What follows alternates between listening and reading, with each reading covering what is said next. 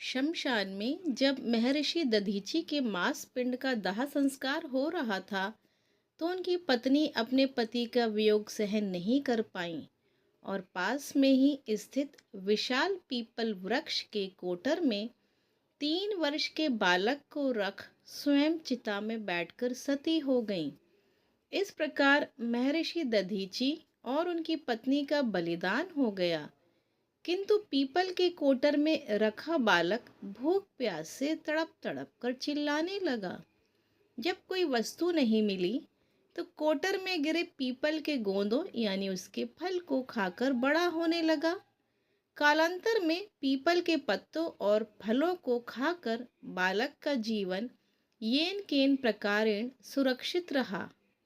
एक दिन देवर्षि नारद वहां से गुजरे। नारद ने पीपल के कोटर में बालक को देखकर उसका परिचय पूछा। नारद जी ने पूछा, बालक तुम कौन हो? बालक ने कहा, वही तो मैं भी जानना चाहता हूँ। नारद ने पूछा, तुम्हारे जनक कौन है? बालक ने पूछा, यही तो मैं भी जानना चाहता हूँ।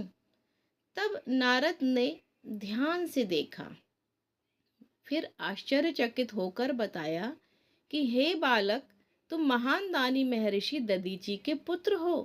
तुम्हारे पिता की अस्थियों का वज्र बनाकर ही देवताओं ने असुरों पर विजय पाई थी।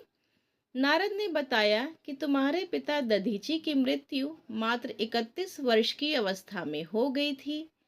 बालक बोले, मेरे पिता की अकाल मृत्यु का कारण क्या था? नारद जी ने कहा, तुम्हारे पिता पर शनि देव की महादशा थी।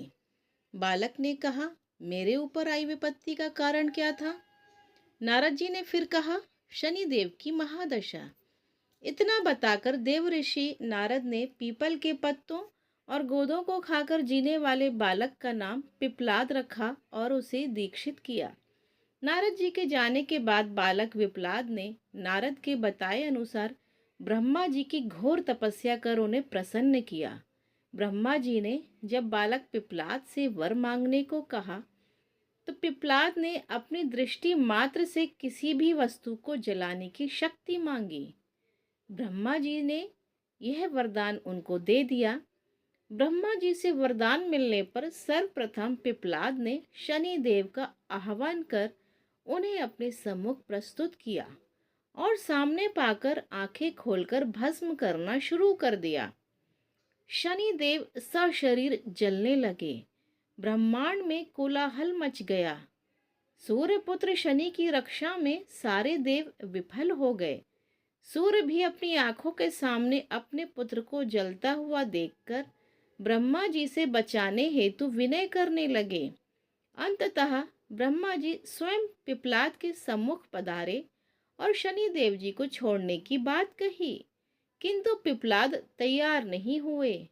ब्रह्मा जी ने एक के बदले 2 वरदान मांगने की बात कही। तब पिपलाद ने खुश होकर निम्न 2 वरदान मांगे। पहला, जन्म से 5 वर्ष तक किसी भी बालक की कुंडली में शनि का स्थान नहीं होगा, जिससे कोई और बालक मेरे जैसा अनाथ ना हो।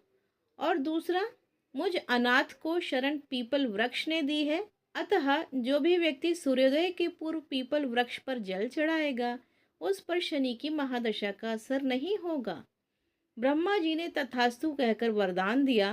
तब पिपलाद ने जलते हुए शनि को अपने ब्रह्मदंड से उनके पैरों पर आघात करके उन्हें मुक्त कर दिया, जिससे शनि देव के पैर क्षतिग्रस्त हो गए और वे पहले जैसी तेजी से चलने लायक नहीं रहे।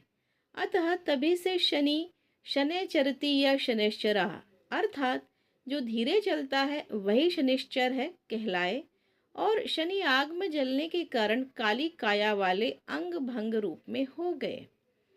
संप्रति शनि की काली मूर्ति और पीपल वृक्ष की पूजा का यही एक धार्मिक हेतु है। आगे चलकर पिपलाद ने प्रश्न उपनिषद की रचना की, जो आज ज्ञान का बहुत बड़ा भंडार है।